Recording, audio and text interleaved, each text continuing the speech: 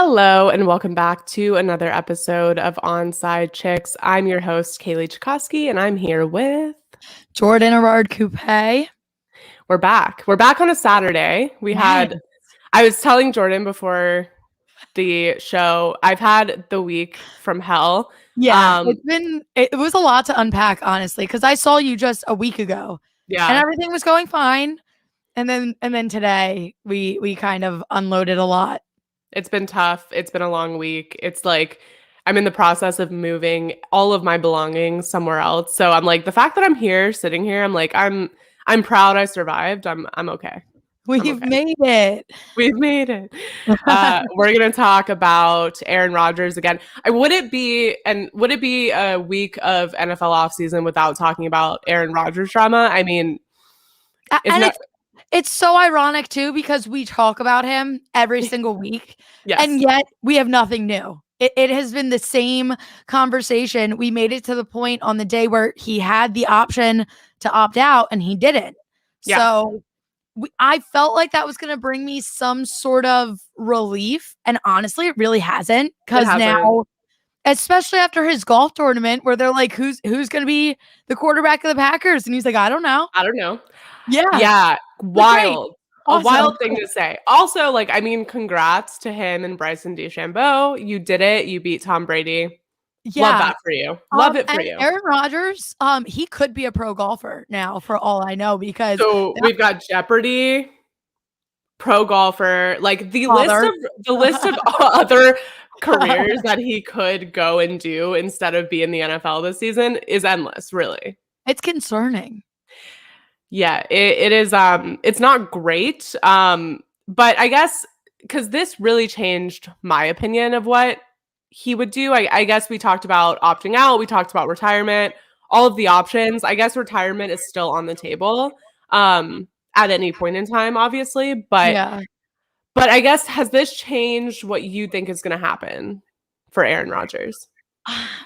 All right, so I'm just going to keep reiterating what I am still living in my ideal world where he comes back to Green Bay and is the quarterback for the Packers. That has been what I've been telling myself this entire offseason. So him not opting out, that tells me that is still a possibility. Is it looking that likely? Like, that is kind of what I have to keep discussing with myself. I genuinely don't know. I feel like I'm going to say him not opting out leads me to believe he's going to come back. I feel like that was the perfect situation for him, because then he gets the whole year, and it's not that retiring is permanent, but it's definitely more. I feel like once you get to that point, the chances of you coming back are a lot more slim. So if he opted out for the year, he could have taken that time to kind of get everything out of his system and then see if he actually is happier not playing or if he wants to fully retire. Yeah. Now that he hasn't done that, I feel like it's either going to be retire altogether or come back and play.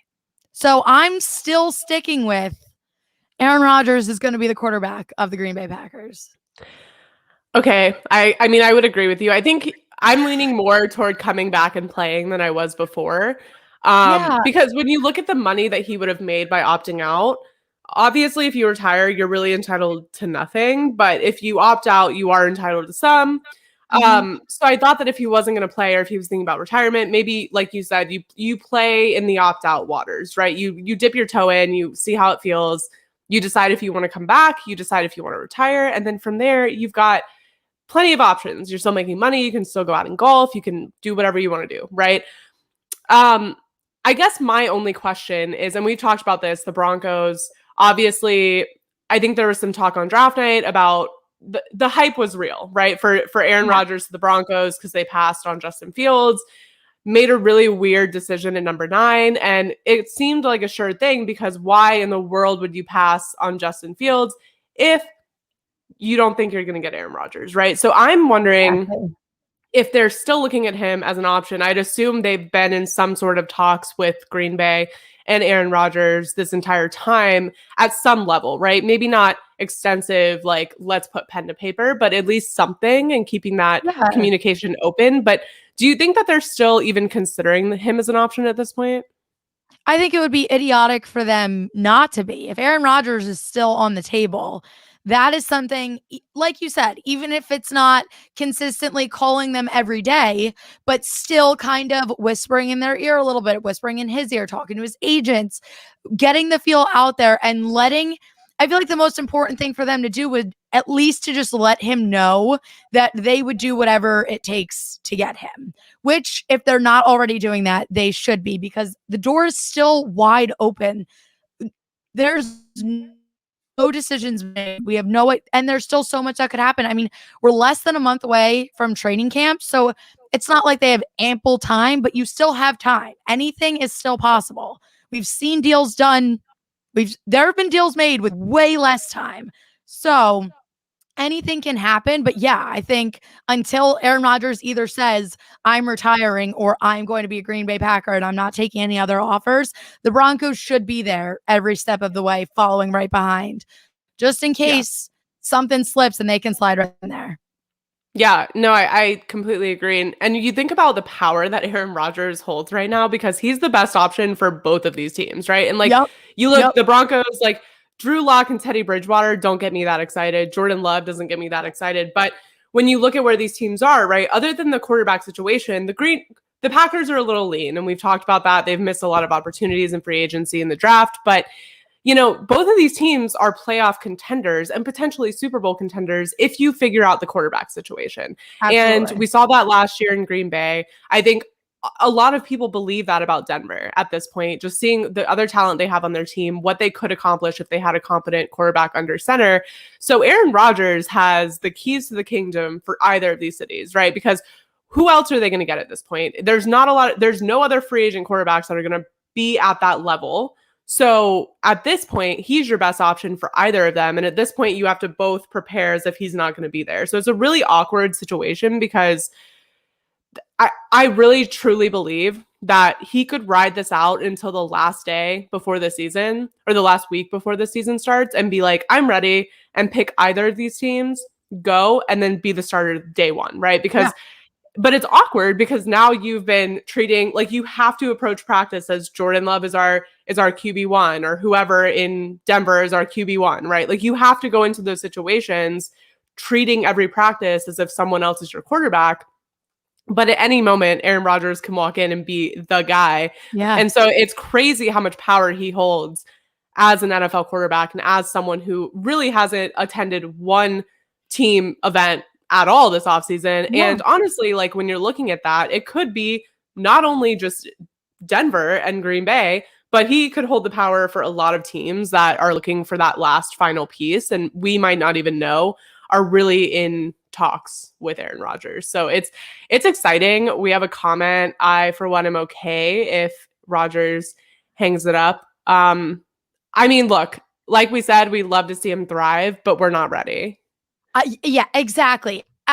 This is where I get super selfish with him, because I keep saying, obviously I want what's best for him, and obviously I want him to be happiest. And if retirement, where he can go off and kind of just live his life however he pleases, take on all of the other opportunities that have been handed to him, obviously I want that for him. But at the same time, I'm not ready to watch all the, like, I wish I would have known, like, kind of more seriously, that would have been his last game, because I would have appreciated it more.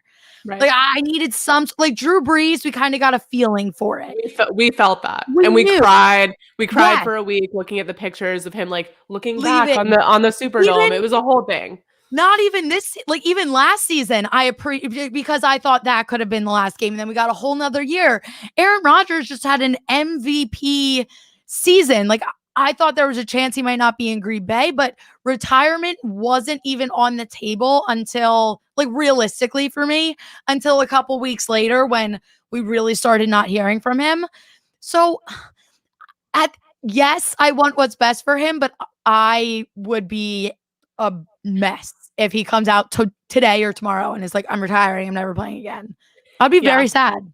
Yeah. And I think at this point, like, he's experienced everything he can do outside of football. Maybe not everything, but he's had he's had a dream He's of got an a offseason, feel. right? Like Yeah. he's done Jeopardy, he was in Hawaii, he's got a new relationship. Like there's a lot of options for him. So I do think that if he was going to fully retire, call it quits, it would have happened already. And I like to think that, but it's like at what point as a Broncos fan are you just like, all right, I don't even care. Like I don't care if like at this point, like just it is what it is. Like I don't care about Aaron Rodgers. You can't give up until you can't, yeah. Like I feel like they're still hanging on to this slim hope because it's there. Like there is still a very real chance. That is a realistic possibility. Yeah. Yeah, I feel you. And crazy to think about. Yeah, it's so well, yeah, and it's crazy too because I think the feeling around this situation would be so different if it didn't all unfold on draft night. Like if it wasn't so hyped, if it wasn't like we could get a trade tonight and we're all like sitting there waiting, if that didn't ever happen, right? If it was just kind of like the Broncos maybe had a later pick, there wasn't a lot of like natural options at quarterback, or it just made sense for them to go in a different direction in the draft, then maybe we all wouldn't be so tired of this. But at this point, it's like we've been waiting since draft night on the edge of our seats to hear what's going to happen, watching everything he does, everything he says. And now it just feels like it feels just too dramatic for my taste. I'm just a Bears fan, tired of Packers dominance. Look, I appreciate the Chicago fan base more than a lot of other ones because you guys need a long hug. Rodgers should go play for Washington. We love Washington here. Yeah, we do. So we like, love a lot of teams here, but it's part of our maturity. Washington is probably the team that I'm most scared of in my own division. I can't help but appreciate them though. My dad's whole side of the family too are diehard Washington fans. So I respect them and I love everything that's going on. That honestly would be sick. Imagine if you have Aaron Rodgers and Ryan Fitzmagic on one team together. I'm loving it. That'd be unreal. The vibes are unmatched of that duo. Oh yeah. No, that would be unreal. That would be the best team to ever be on. I just feel like the vibes would be so good. This is a no. I'm gonna say this is a no. I was gonna say, Kaylee, you can run away with this one. There will never be a team. I don't care how dire the situation is. There will never be a team that I wish that on, right? I don't care if the Titans, I don't even care if the Titans quarterback vacancy opens up. Wow. I don't want that for Tennessee. I don't want that. I don't want anyone to have to experience what I experienced for 5 years. Yeah. Okay? Wow. That's a lot. That's a large portion of Tennessee. You hate Tennessee. I know. That's how much I don't want that for anybody. Like the fact that he is a quarterback that still exists in the NFL is a wild thought. It's a wild thought. It's wild. It's wild. I like to assume that we're not going to see him ever again in action, but I could be wrong because he's just like, I don't know, like a gnat you can't quite get rid of. It's just like hanging around and lingering. But no, don't let him take Fitz's last job.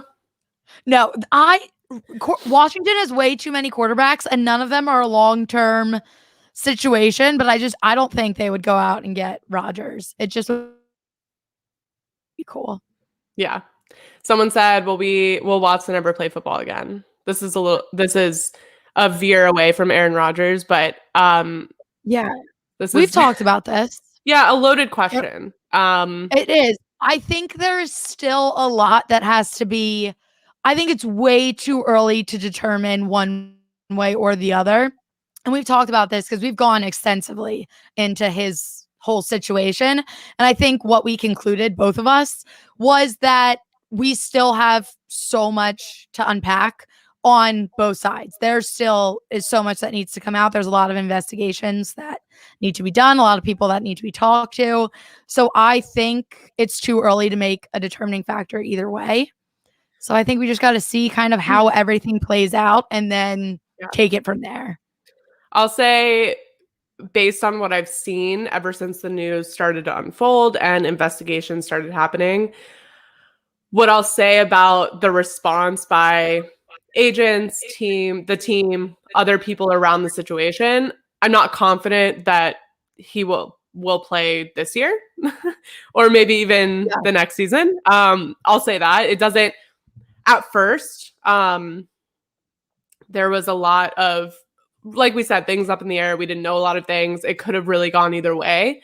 As things have started to unfold over the, course of time that we've been dealing with this, it's not looking great. Just from an external point of view. Obviously, we don't know anything, but I would assume he will play again. Yeah. I just don't know how soon it will be, because I think there's a lot of room, specifically in the NFL, to come back, regardless of certain things and things you've done outside of football. So, I think he will play again, but not this season, if I had to guess. I would bet my life that we do not see him this season. Yeah, we will talk about this. Who should sign? Ooh, this is a perfect segue. It is a perfect segue. Let's get into it. Are we getting into it now? Let's get into it. All right. So there are still, I'm in the Scott Fishbowl fantasy event. And we were doing our draft this week. And when I tell you, I was looking through, and I was shocked by how many people, like, I forget how many people have yet to be signed. There are still so many big name free agents on the market. And like I said, we are less than a month away from training camps.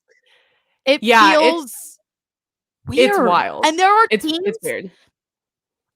Eagles, Giants, Jets, Lions. There are so many teams that should be making moves and could be making moves. The fact that some of these guys are still available is mind-boggling. Yeah, if I had to guess, it's a lot about the price, because when you look at some of these names, I could see where the asking price might be above what they're worth at this point in their careers. And I think that's a Richard Sherman kind of bread and butter situation, right? Because he's this all-pro guy. He's holding out for the right situation, the right team, the right money, everything. But like, he's the best at his position on the market, but is he worth the price he's asking? I don't know. That'll probably change the closer we get. Either he's going to be willing to take a lower pay, or teams are going to get desperate for someone in that position as they look at their roster more closely, and maybe they are going to be willing to kind of throw some extra cash at him closer to training camp. But I don't know. What do you think about Richard Sherman?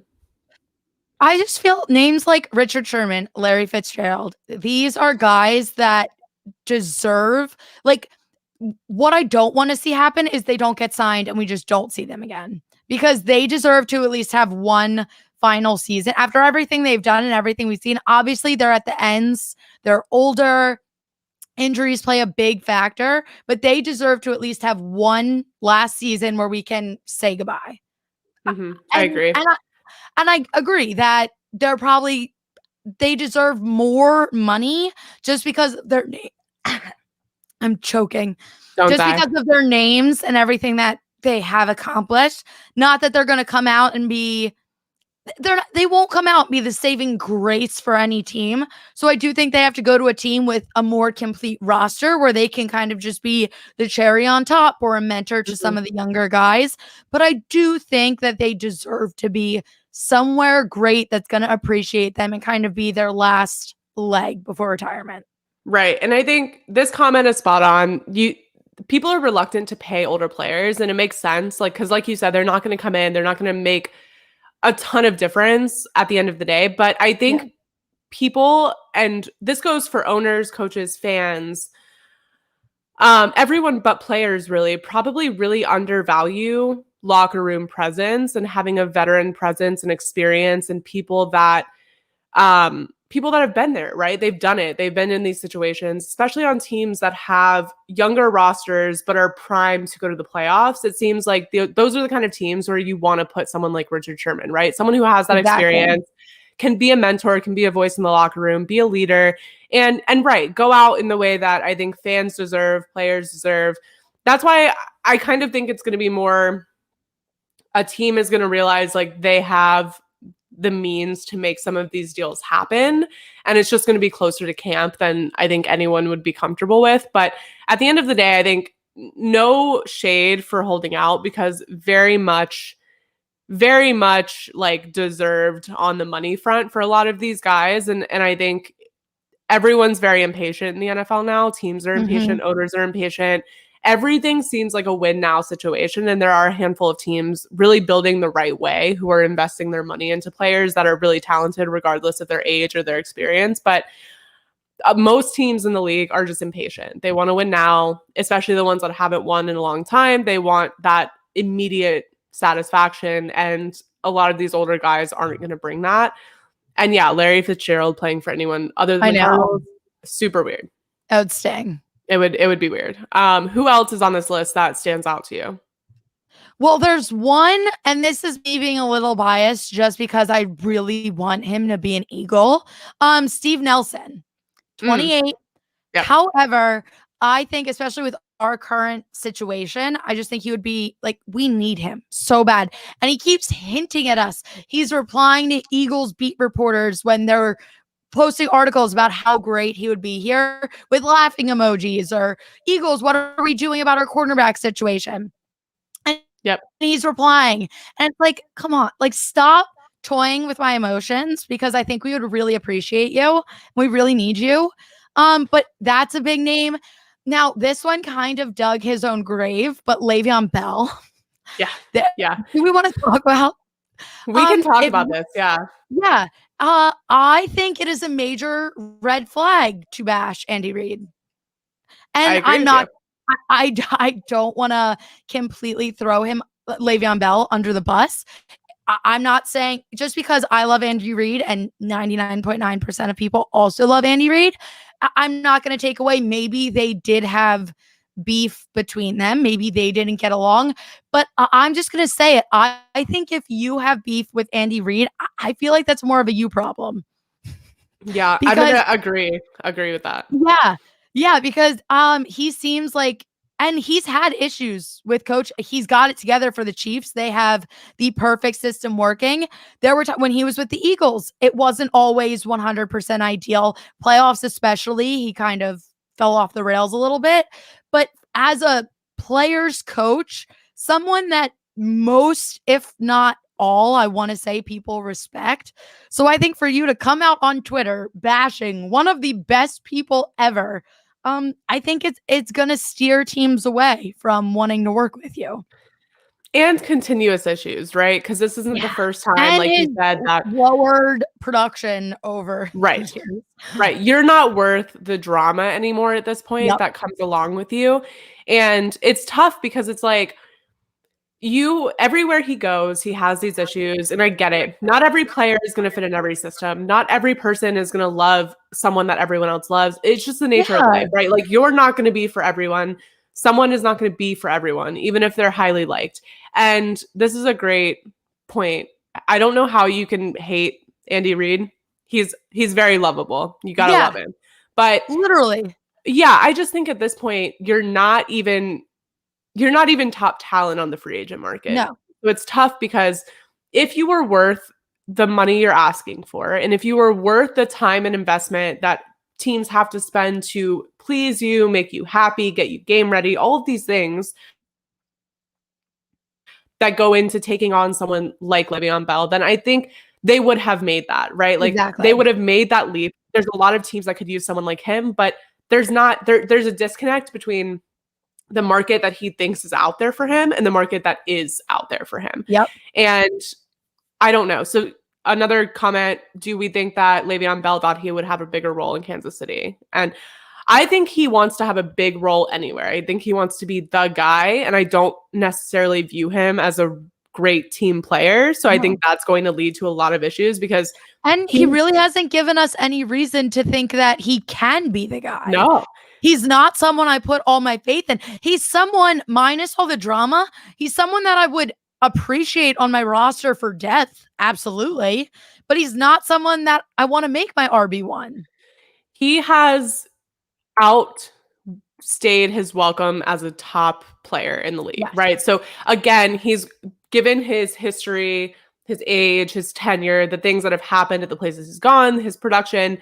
You're not going to see him go somewhere and be the guy. He's just not going to be the number one guy. And so like, until he accepts that, you're never going to be able to work him into a system where he's productive, where he's, got a great attitude, happy to be there, a great teammate, in my opinion. I just don't see that happening. I really think that he is a guy that he wants the spotlight on him. I think a lot of players in the league do, and a lot of players deserve that. I think everyone deserves that, right? If you're in the league, you're a very fraction of a percentage point of the population of athletes, right? Agreed. You're very talented. You come with a lot of baggage, and you are not as talented as a lot of the guys in this league anymore. And that's not to throw shade. It's just you have to understand your role on a team. And I don't think he understands that. So yeah, I do think that he thought he would have a bigger role. And I think maybe that's why he spoke out. I think maybe they just don't get along and their styles are different. But again, it's just hard. It's hard to assume that things are how he says they are. I agree. So, and this honestly, I can't even believe I'm going to say this. This kind of reminds me of Antonio. The difference between Antonio Brown and Le'Veon Bell, Antonio Brown is filled with problems. Drama on the field, with organizations, off the field, in his personal life. Drama follows him because that's how he is. However, when it comes to playing, he knows how to get in game mode and he steps up on the field. He might not be your number one guy, but when you need him, you can rely on him. And that is why I think he is able to work in. And I also think a lot goes into that. His relationship with Tom Brady, Bruce Arians, like I think they can work with him and I think they control him well. So who knows, maybe if Le'Veon Bell gets with the right team and coaches, it can work. But I just think there seems to be a difference in them. I think Antonio Brown wants it to work. I think he understands his role and he knows I love the game and I just want to play and I just want to be out there and help out a team. Le'Veon Bell, I think, is very selfish and he just wants to be the star and he isn't the star anymore. So I can't believe I'm talking this highly about Antonio Brown right now, but I think that's the difference between the two of them. Yeah. You can only speak that highly of Antonio Brown when it's like a direct comparison to someone who's a bigger pain in the ass. A little bit worse. So, yeah. In some ways, right? So I think it's interesting. Who should sign Adrian Peterson? Now this can get interesting. Now that's Adrian Peterson, I feel like the guy that needs to go on a young team where he adds depth and they're like basically ready. Bills. The only problem with the Bills, there's a lot of guys that the Bills could use. Bills are just like out of money. Yeah, and for good reason. They've got a great roster. They've got great potential. They should be a huge player in this playoff picture this season. But yeah, I mean, look, he's 36 years old. It's fine. He's not so far up there that you couldn't see him on a team. It's just tough because it's again, you're not going to see him add a lot on the field. Off the field, I think this is probably one of the best guys you can have in your locker room. Ever. Yep. So it's who's got extra money to spend? That's the question you're asking. Who's got some money that they kind of want to just have fun with? Who needs a little more of a veteran presence and is willing to put money behind that? I also don't think that he's as big of a diva when it comes to like looking just for a big paycheck. I think he really is willing to play that role in a team. And we saw him do that, right? Like he did that exact thing in Detroit. And that makes sense. Yeah. And they needed somebody and they needed him to be a little more productive just given their situation on offense and their as a team in general. But yeah, I mean, it's interesting. So I love him.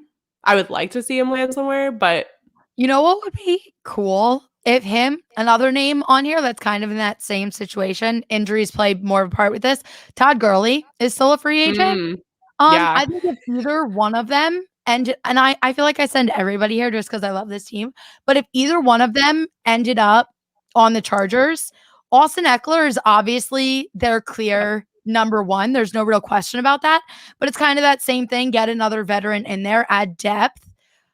I think I would like to see either of those guys there just because that's one of those teams where it's all feel-good vibes. I put Chargers in the Super Bowl conversation. I say they're dark horse contenders at definitely playoffs with new coaching, Justin Herbert. Like there's so much good happening there that I think that would be a really good place for a veteran running back to kind of fall because like I said, they have their star RB1, but then to have a vet behind him, I think would work very well. Yeah.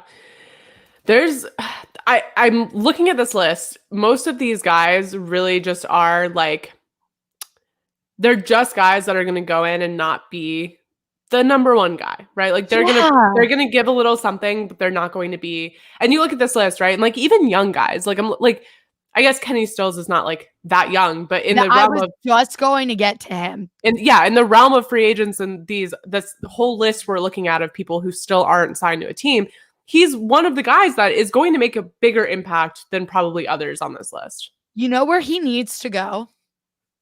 Where? The frickin' Lions. I would love that. Yeah, I would love that.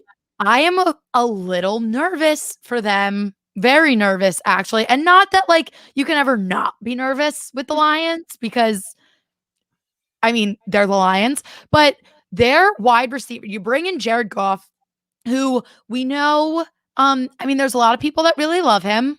Not really sold. And when your wide receiver room is looking the way that it does for Detroit, it's a little concerning. And I think Kenny Stills isn't a young guy. He's 29, but I still think he'll be able to produce. Right now, their number 1 and 2 guys are Tyrell Williams and Rashad Perryman. Not knocking or throwing shade at either of them, but it's just not big names that I really like. You bring in this quarterback and you don't really have any studs for him to throw to. I mean, Williams is a great vet.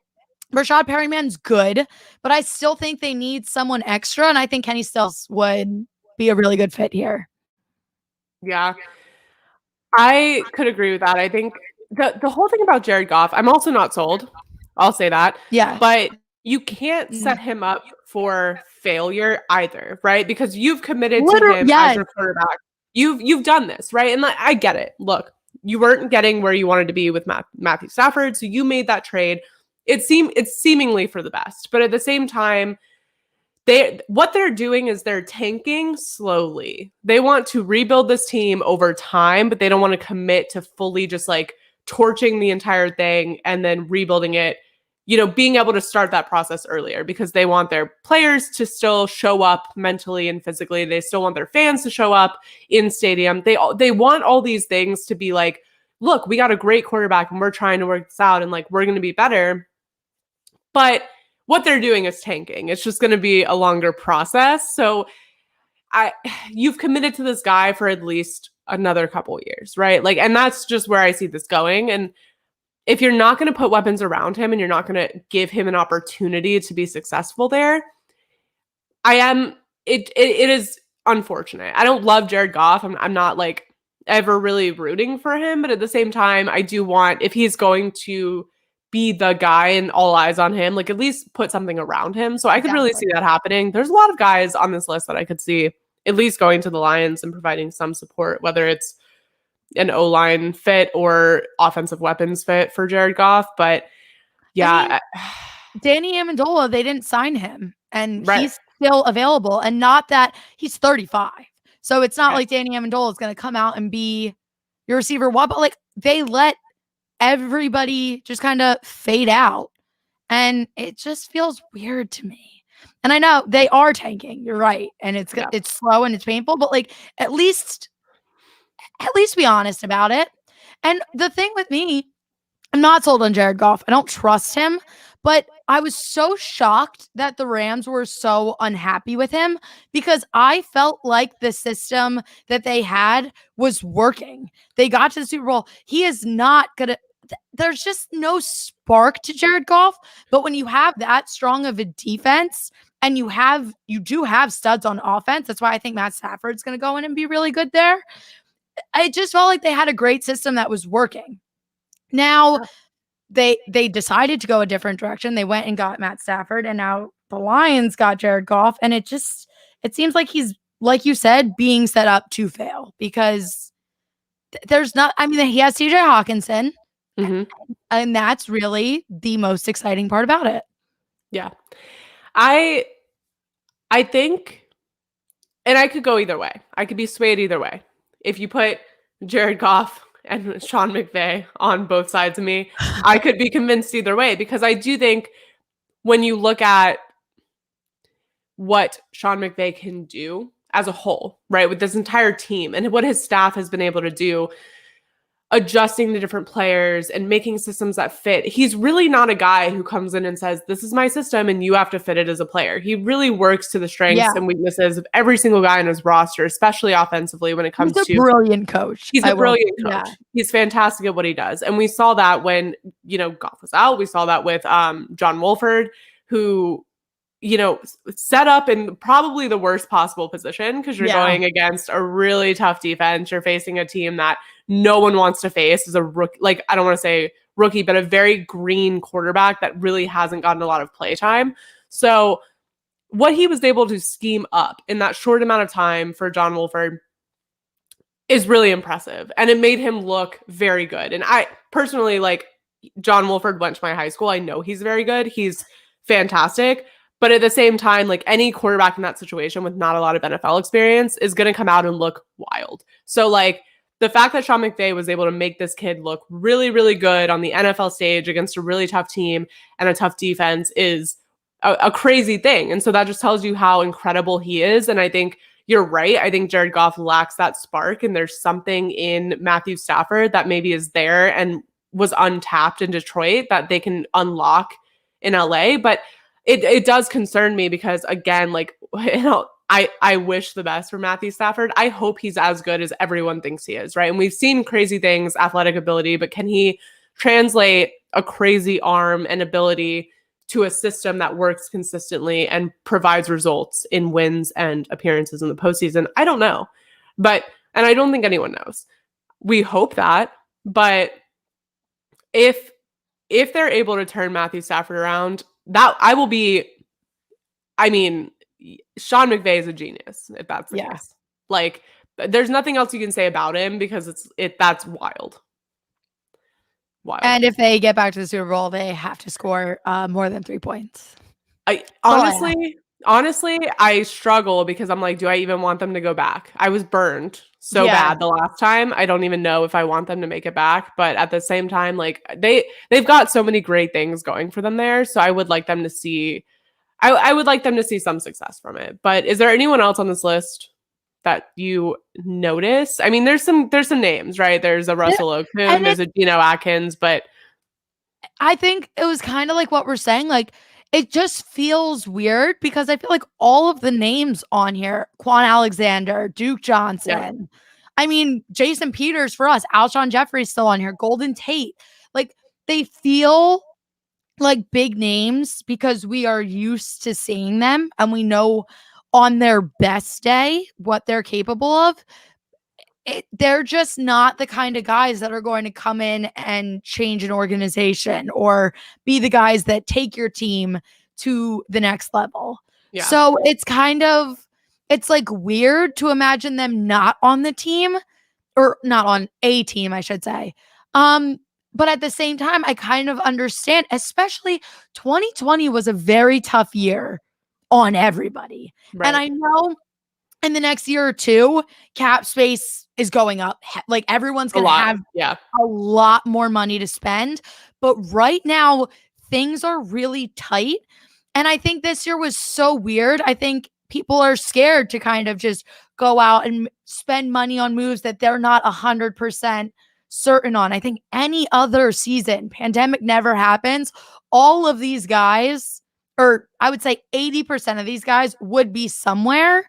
Yeah. But I feel like everyone's super hesitant right now to take a risk. Like, especially Golden Tate, good receiver, hopped around, Eagles, Giants, never really did, especially on the Eagles, did relatively nothing for us.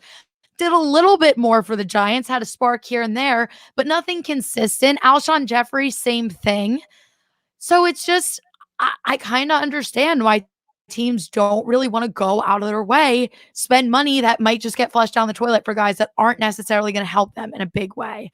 If anything, I say you go for the older guys that have been there longer, because that's the guys that, especially on young teams, that's the guys that are going to help mentor these young guys, be the ones to help bring them up and kind of make more of a difference, even if it's not actually in the game on the field. Their presence is going to help long term. So I think that's what people should be going for right now. Yeah, and you brought up Quan Alexander, which I think is the perfect example of this whole situation, because he's a guy that, like you said, at his best moments had really great flashes in New Orleans last year and really showed what he was capable of, especially as they got later down in the season and they needed that spark defensively. And really a victim of cap space, because we know what the Saints were dealing with. I was just going to say that. Yes, we know what the Saints were dealing with. We know how many people they had to cut from this roster. And this one made sense when you look at other people they have playing on their defense. Total sense, right? Now, he's a surprising one because you would think that he's really underrated, I think, in a lot of ways. And so you would think that people would spend that money and pick him up. And it's hard because I really do feel like there's a lot of defensive players across the league that haven't really gotten picked up and a lot of teams haven't invested defensively in the way that I thought they would, especially after last season when we saw defense really just be torn apart because offense really dominated 2020. And that was probably just due to a lot of injuries and things that were out of our control and a lot of, practice situations and the way that the 2020 season unfolded. But you would just think that there would be more of an investment defensively going into 2021, and there just isn't, right? And that's what surprises me the most, and I think. Defenses win championships, and we saw that, for example, this Super Bowl. The Buccaneers do not make the Super Bowl if it wasn't for their defense. They don't make it past the first playoff game. I mean, come on, let's just say they would have lost to Washington. Correct. Their offense was not really firing until they had time to kind of mess around in the Super Bowl, but their defense did nothing all regular season, right? That was their weak link, was their secondary all regular season. All of a sudden you get to postseason, their defense is the only thing keeping them in the playoffs. So I think the whole league as a league, it's become very offensive focused. It has. It's been big plays. It's flashy and it's fun. Yeah. It's fun. Yes. I get it. Defense, teams that come out with a solid defense and a solid offense and a well-balanced scheme are going to dominate this league next year, because now you have training camp, you have proper preparation, you have people that are going to be more healthy, you have all of these factors getting back to a little bit of what's normal. So this isn't an asterisk season. This is a full NFL, no excuses season. And the teams that invest on both sides of the ball are going to really thrive. And so I'm interested to see where these people land closer to camp. But yeah, it is wild to see how many people are on this list. And I think it just comes down to, like you said, having a limited amount of money. The cap space is going to be significantly different next year. But this year is still really lean and limited on what they're able to spend. So it is kind of, we're going to see who's worth the money and who's not in the eyes of the owners, that is. And I think it's time we kind of get back. I think everyone has to take a step back and kind of remember the fundamentals of everything. Everybody has gotten very impatient. They want flashy, they want exciting, and they want it right now. And we have to remember, and we have to actually take a look. This isn't this is history literally playing itself. When you kind of take a step back, you put in your defense, you pay your veterans, you build in the right way. That is what's going to take you to the end. The teams that get, I mean, I guess the Chiefs, but still, the Chiefs still did it. They're flashy and they're exciting, but they've done it. Their defense struggled, but then, I don't know. Maybe the Chiefs are an outlier. I'm trying to defend them and work them into my situation, but forget, they still fit. They still have Andy Reid. They are still coached very well. It's everyone working together to make everything happen. And I think the more you kind of get to just, the Bills are doing everything right, the Packers are doing everything wrong, and you see how everything is crumbling. Everyone just needs to kind of take a step back and look at everything calmly, before jumping to everything and just immediately wanting results the second you kind of conjure them. Because it's not going to work, and it's just everything's going to blow up in our faces. Yeah. I think the Chiefs, they do, right? But you look at the flashiness of the Chiefs, and it's because of the players, right? Like they have these monster, like freak of nature players and athletes on their roster that like they make everything look flashy, right? Like you're not gonna Tyreek Hill always looks flashy, Travis Kelce always looks flashy, right? So those guys make sense because they're always gonna look like that because of the type of athletes they are.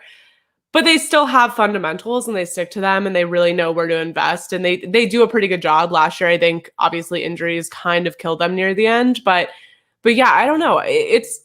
We're going to see because this is going to be very interesting. A lot of new people in new uniforms, a lot of new approaches to how you build a roster. And then a lot of people really sticking to like old school, traditional, like this is how we've always done it here. And I'm interested to see this unfold. This is going to be, I think, one of the more interesting seasons that we've seen in a while, just because obviously the rookie class is incredible. But then on top of that, just so many people moving around. A lot of these like what feel like super teams coming out of the woodworks, which is kind of fun. So what team are you most nervous for? The Bills. Really? The Bills. I'm the most nervous for the Bills, and I don't know why, but I just feel like it has nothing to do with their ability, right? They've done everything the right way. Like they've built it the right way. They have the right players, the right culture. They've got everything to be excited about. There's just something, and I love Bills fans, right? But there's just something in my heart that just like they never get what they deserve, right? Like they never get it. And it's tough because I want them to have it so bad, but it just feels like they're cursed and I want the curse to be lifted. But there's just something mentally where I'm like, can it be? Like, can they break past? Like, is it too good to be true? Will it ever be their time? Because I think if you throw that team in a lot of other seasons and situations, they're Super Bowl champions easy. But will it ever be their time with the team that they've constructed right now?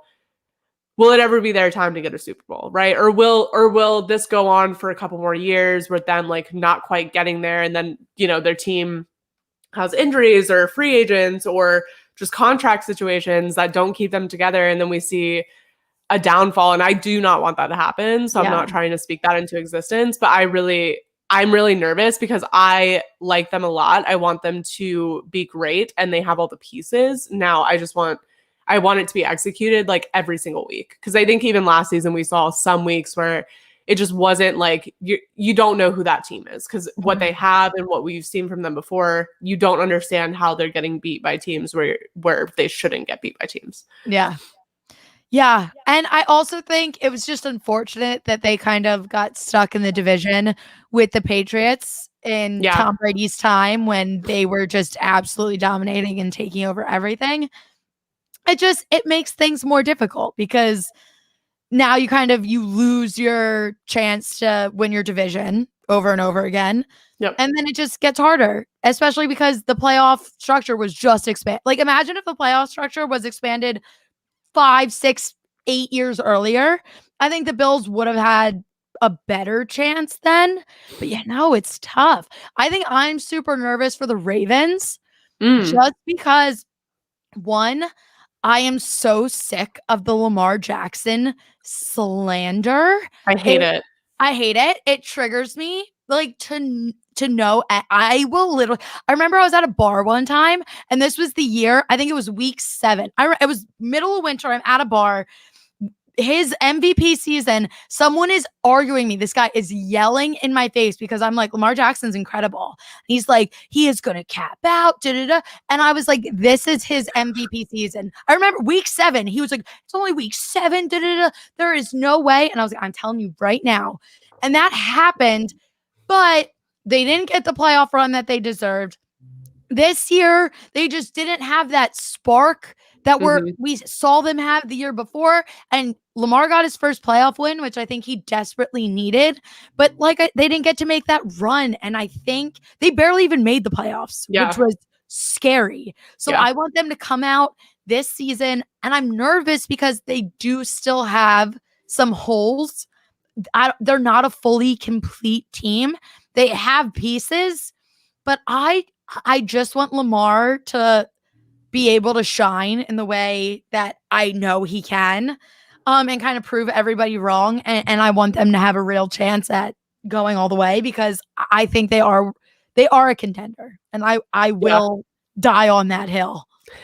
There's so much to love about him. And I think you're right. Like, first of all, if we made an episode about all of the times guys yelled in our faces about something that we ended up being right about, I think the episode would be 100 hours long. Yeah, no, it would never end. So we won't even go there. But it is, it's going to be a fun season. There's a lot of teams that I think are on the cusp of, like we said, they deserve this. They've worked for this. They've built this, and they're not going to get to see it through. And so it's just, who are those teams? But I also think that I'm feeling some surprises. Like, I really am, because there's a lot of teams with a lot of like the Cardinals are a toss, right? Like, we have no idea how those players are going to work together, how that scheme is going to look, what that team is going to look like on any given Sunday. We have no clue. So it's a lot. It's going to be a fun season, because I do think that nothing is going to be as we expect it to be, which, if that's any indication, I'd like a new Super Bowl champion this year, and I'll just leave it at that. Like, nothing against the Chiefs. I love the Chiefs so much,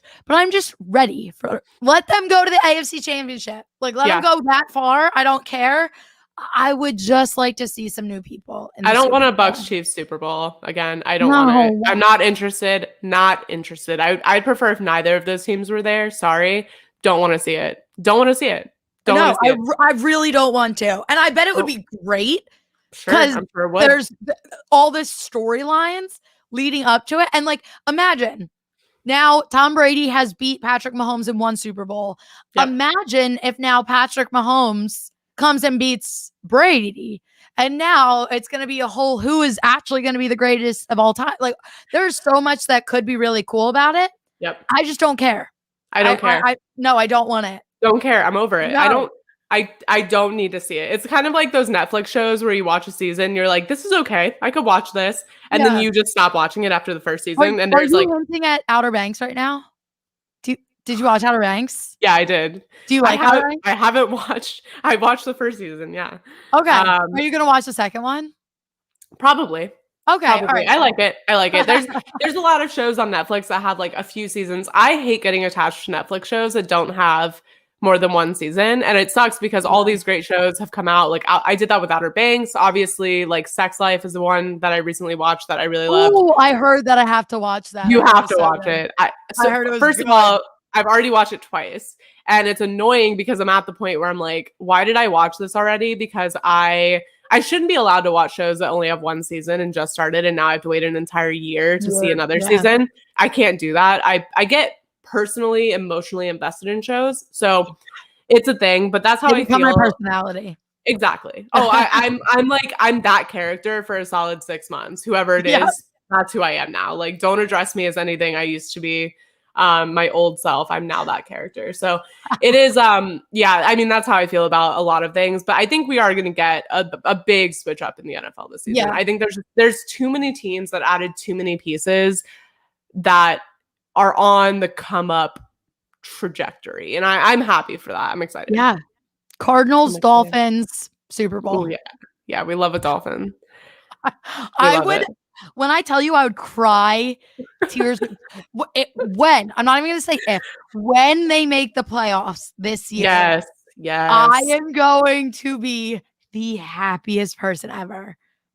I was more sad that the Dolphins didn't make the playoffs than I was at how the Eagles season ended up, because I expected the Eagles to not be great. Like, I knew that's where it was going, but I want so many big things for the Dolphins because they deserve it.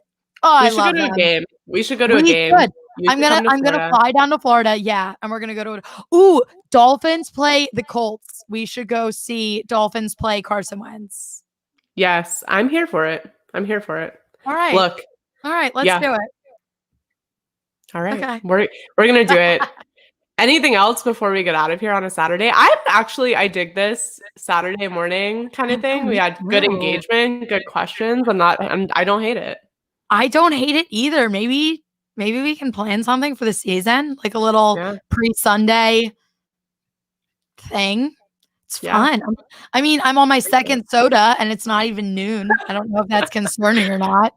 I consume Topo Chico as if I'm sponsored, but I'm not. I just spend all my money on it. So what is that? Is it tea or is it coffee? Sparkling water, Topo Chico. I've seen it everywhere lately, and I'm like, I've single-handedly resurrected this brand from the ashes. So you're welcome. Please sponsor me. Yeah, I love that. I also have, I don't know if you can see it over here. That is not a Pepsi can. That is a candle into an old, and it smells like Pepsi. If I have a problem. I love that for you. Although we could never get both of these sponsors on the show because I learned recently that Topo Chico is a Coke product, which is quite surprising, but because it's like nowhere on the bottle. Yeah, it's kind of wild. But I like cherry Coke. I love cherry Coke. I like Coke. I like Coke Zero. Are you a Coke person more than a Pepsi person? Yeah, all of their Zero products I love. So that's fine, I guess. It's regional. I'm convinced it's a regional thing. All right. No, a lot of people here like Coke. Oh, really? I'm kind of an outlier. That makes sense. I don't understand. Yeah, I don't understand your taste buds, but it's fine. There are things that are Pepsi products that I love. It's frustrating because I love Pepsi definitely more than Coke, but I like Coke products other than like a Sprite. I like Sprite. Like Pepsi has Mountain Dew, and the only people that drink Mountain Dew are guys named Kyle that wear like Cookie Monster pajama pants. Correct. Look, that sounds very personal and like you're attacking someone very specific, and I really hope so because that's a lot of fun. But yeah, no, like you couldn't pay me to drink a Mountain Dew. Like you could not pay. There's no amount of money I would drink a Mountain Dew for. No, I feel like there are guys. I have Pepsi products at work at my bar, so there are grown men that will come in and be like, "Yeah, I'll have a Mountain Dew," and I literally look at them and I'm like, "Why?" Like I don't trust you.